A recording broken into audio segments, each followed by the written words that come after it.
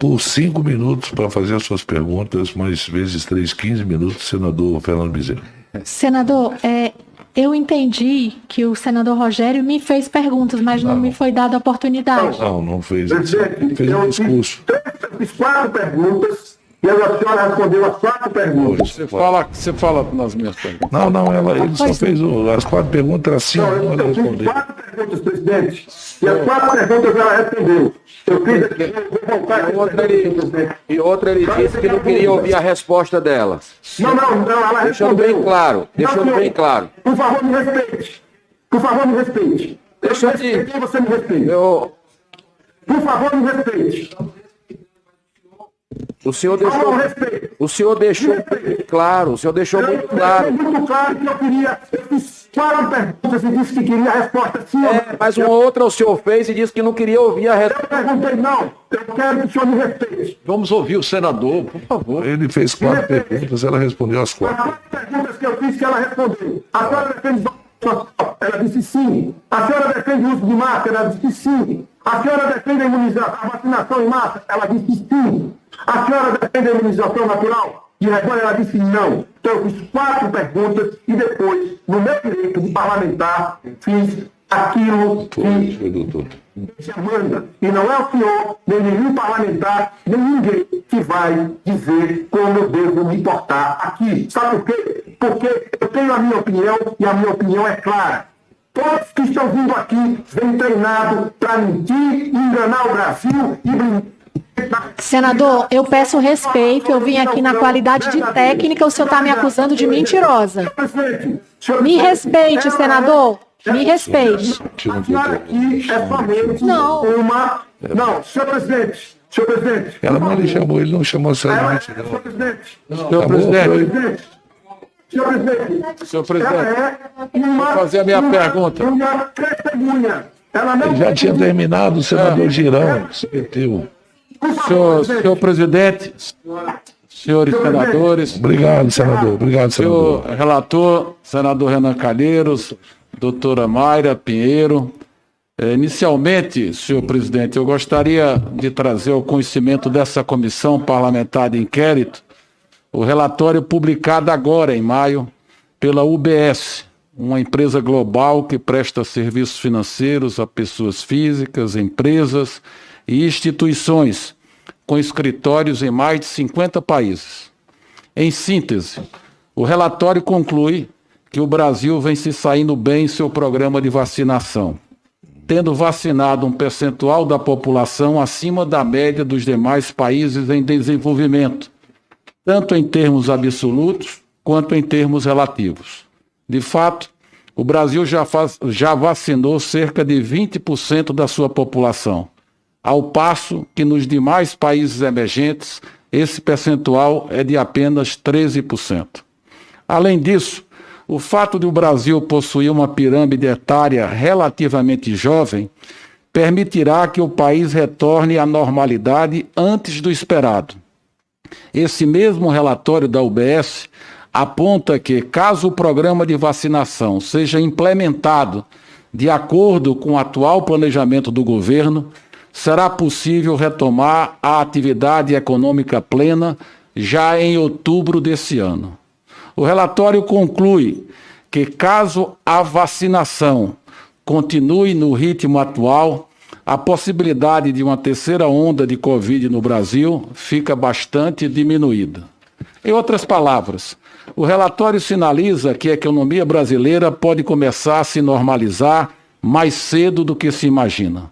Segundo o estudo, ao vacinar a população com mais de 30 anos, que representa apenas 56% dos brasileiros, podemos reduzir a pressão sobre o sistema de saúde, permitindo a remoção das restrições de distanciamento social e permitindo que a economia volte ao normal. Esse relatório da UBS, que faço chegar ao conhecimento dos membros dessa comissão, é mais um elemento que se soma às recentes atualizações das projeções de crescimento do PIB feitas por grandes bancos, como o BTG, o Barclays, o Credit Suisse, o Goldman Sachs e o Morgan, que já indicam um crescimento de nosso produto interno bruto superior a 4%. Associada à política de vacinação em massa do governo federal, a gradual retomada das atividades vai, aos poucos, pavimentando o caminho para a consolidação do crescimento da economia brasileira, ampliando os instrumentos que dispomos para o enfrentamento dessa grave crise sanitária em todas as suas faces. Ainda gostaria de registrar sobre o processo de vacinação a fala do diretor-geral da Organização Mundial de Saúde, Tedros Adhanom, durante a abertura da 74ª Assembleia Global de Saúde, quando classificou a distribuição global de vacinas contra o coronavírus como um escândalo de desigualdade que está perpetuando a pandemia. Segundo o diretor-geral da OMS, 75% dos imunizantes aplicados até o momento foram administrados em apenas 10 países, sendo que alguns deles iniciaram a vacinação de crianças e grupos de baixo risco, ao passo que a maioria das pessoas vulneráveis de outras regiões do globo sequer receberam a primeira dose. O apelo da OMS é que haja um grande esforço mundial para vacinar pelo menos 10% da população até setembro e, numa perspectiva otimista, atingir a meta de pelo menos 30% da população mundial até o final do ano. Apesar dessas dificuldades, senhor presidente, para a obtenção de vacinas e insumos que não são necessariamente de natureza política, mas de insuficiência de oferta frente à demanda global, gostaria de registrar que nesta terça-feira, considerando a atualização do Ministério da Saúde em relação à vacinação no país, alcançamos a marca de 58.565.658 doses de vacinas aplicadas, o que permitiu a vacinação de 39.742.084 pessoas com a primeira dose e de 18.823.574 de pessoas com a segunda dose. O governo federal, por meio do Ministério da Saúde, já distribuiu aos estados brasileiros 9.777.747 doses de vacina. É muito provável... 90 milhões. Eu acho que Vossa Excelência 9 milhões não é muito Não, mais. 90 milhões. É muito provável que ainda no mês de maio, até a próxima segunda-feira, a gente possa ultrapassar a marca de 100 milhões de doses de vacinas distribuídas aos estados e municípios brasileiros. Ainda sobre a vacinação, para o mês de junho, considerando a projeção de entrega de vacinas contratadas, devemos ter mais de 52 milhões de novas doses disponíveis para dar maior celeridade ao programa de imunização, o que representará, até o final desse primeiro semestre, um total de mais de 155 milhões de doses, que permitirá ao Brasil imunizar com esquema vacinal completo praticamente todo o grupo prioritário.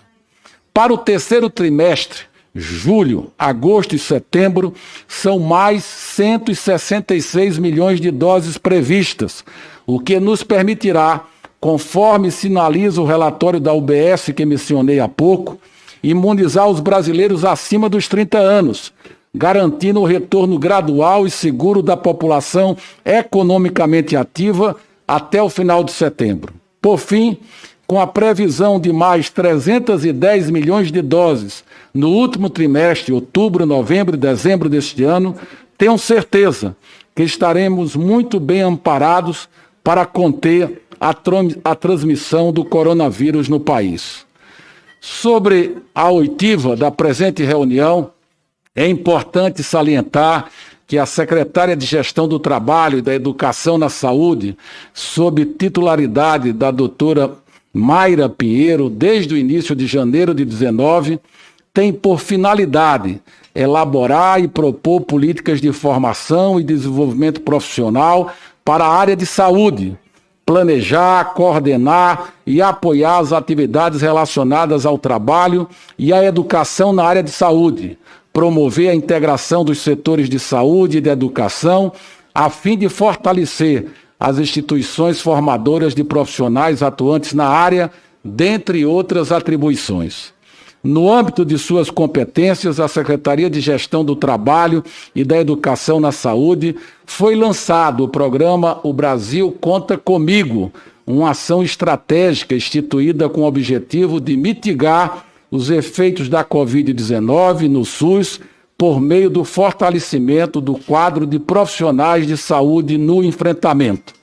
Por meio do Brasil Conta Comigo, residentes que instituiu o pagamento de bonificação para os residentes dos programas de residência médica e residência em área profissional da saúde, pelo prazo de 6 meses, foram quase, senhor presidente, 80 mil residentes contemplados, ampliando a cobertura na assistência aos usuários do SUS em todos os níveis de atenção.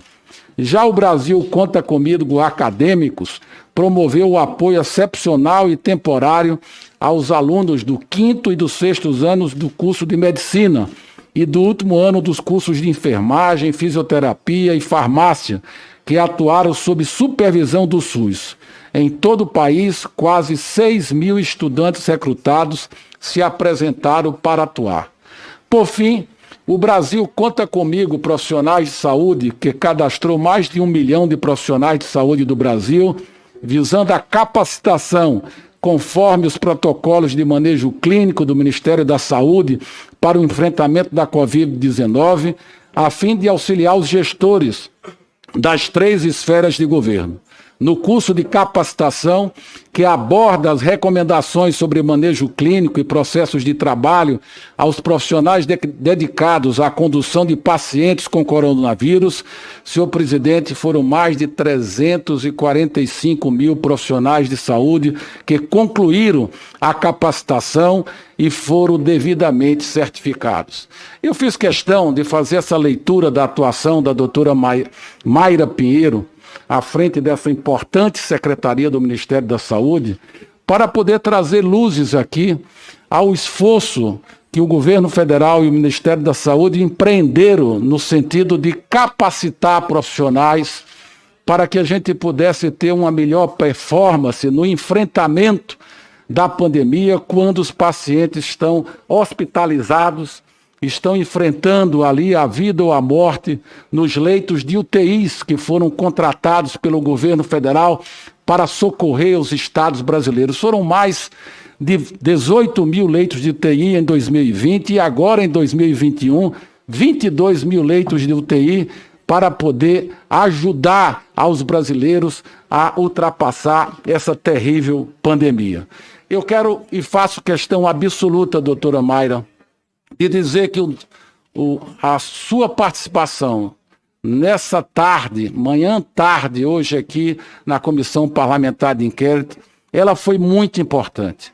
Não só a senhora falou de forma transparente, lúcida, clara, metódica, falando do seu trabalho, da sua secretaria, mas, sobretudo, trazendo muitas luzes, não só para os membros da CPI, mas para os milhões de brasileiros que nos acompanham nesse momento, pelo rádio, pela televisão, pelos veículos de comunicação do Senado Federal, em relação a uma das coisas que alguns parlamentares aqui estão tentando criar uma materialização, uma materialidade para algum tipo de ação criminal por parte das ações ou omissões do governo federal.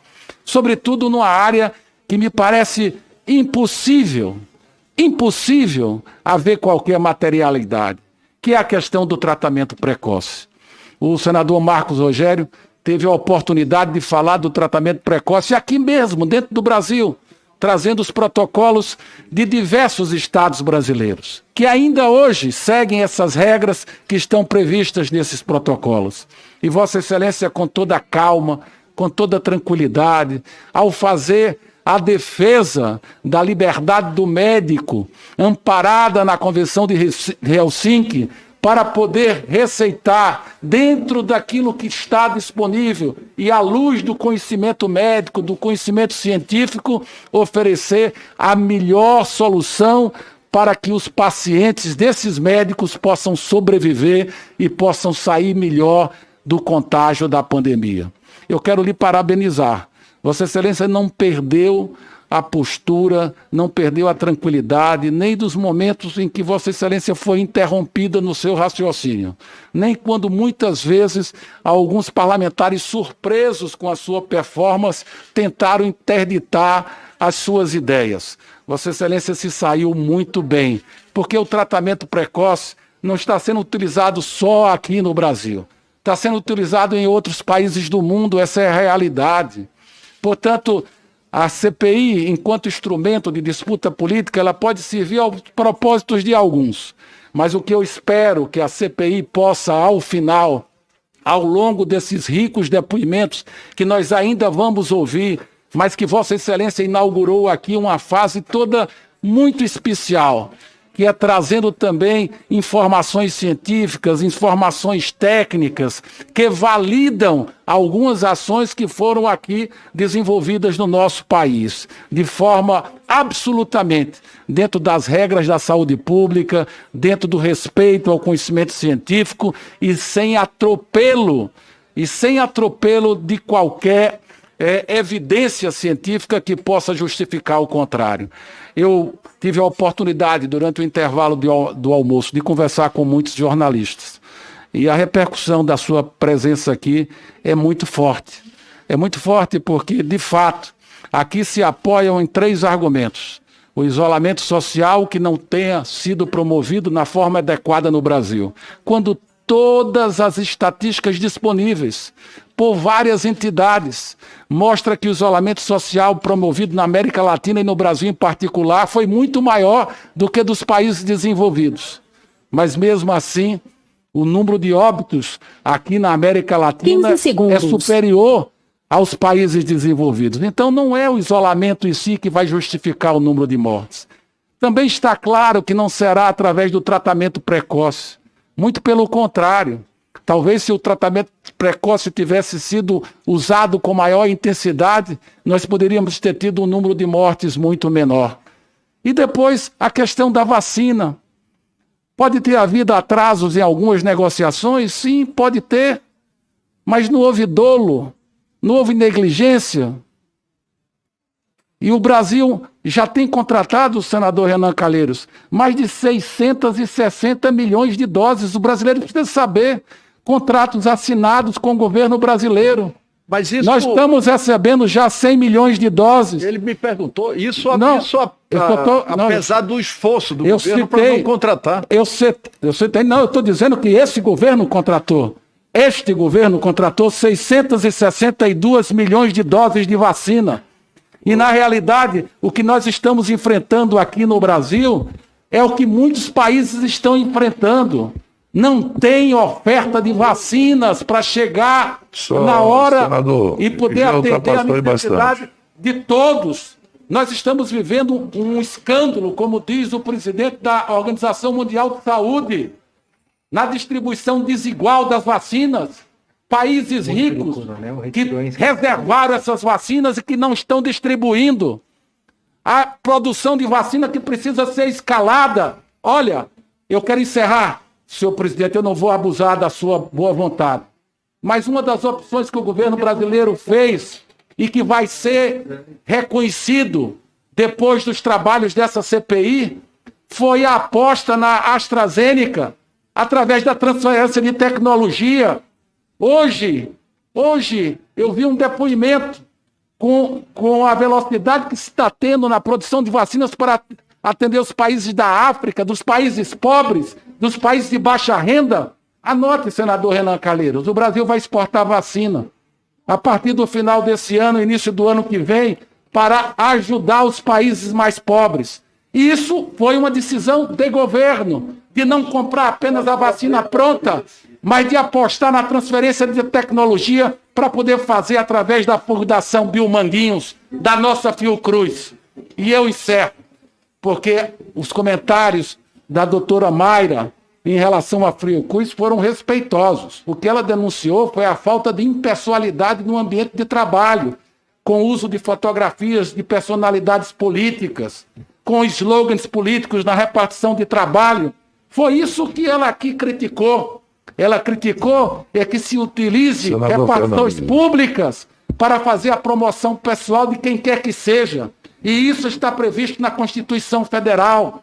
Você tem que resguardar o princípio da impessoalidade, mesmo você podendo torcer para o time A, B ou C, ou torcer pelo partido A, B ou C, mas não dentro do ambiente de trabalho. Foi isso que as palavras delas quiseram retratar. Por isso, eu encerro, senhor presidente, para cumprimentar a presença, o depoimento e as informações trazidas pela doutora Mayra. Senador Fernando Bezerra, obrigado. Agora, vocês acertaram, meu líder, com a doutora Mayra, o senhor falou 50 vezes tratamento precoce. É isso mesmo?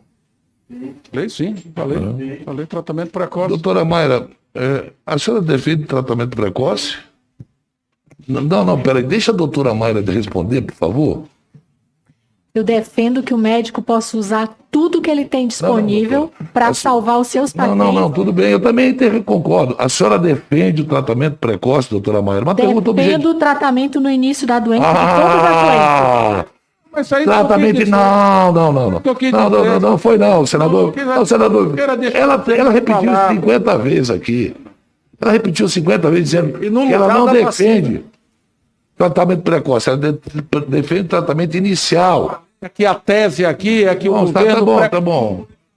Preconiza tratamento precoce e não tem materialidade para isso. Porque o que se defende aqui é a liberdade do médico para prescrever. Falei, inclusive, da Convenção de Helsinki. Portanto, senhor presidente, não distorça as minhas palavras. Não, o senhor que falou. Nem a minha, né, doutora? Não, mas eu não distorci a dela, não. De longe. Eu disse que ela nunca defendeu o tratamento precoce, ela sempre defendeu o tratamento inicial. Que é o Assim como ela entende. Vambora. Por favor. Há uma diferença muito grande entre tratamento precoce e tratamento inicial. Senador Luiz Carlos Reis, hein? Luiz Carlos Reis, por favor. Muito obrigado, E agora presidente. é nosso líder.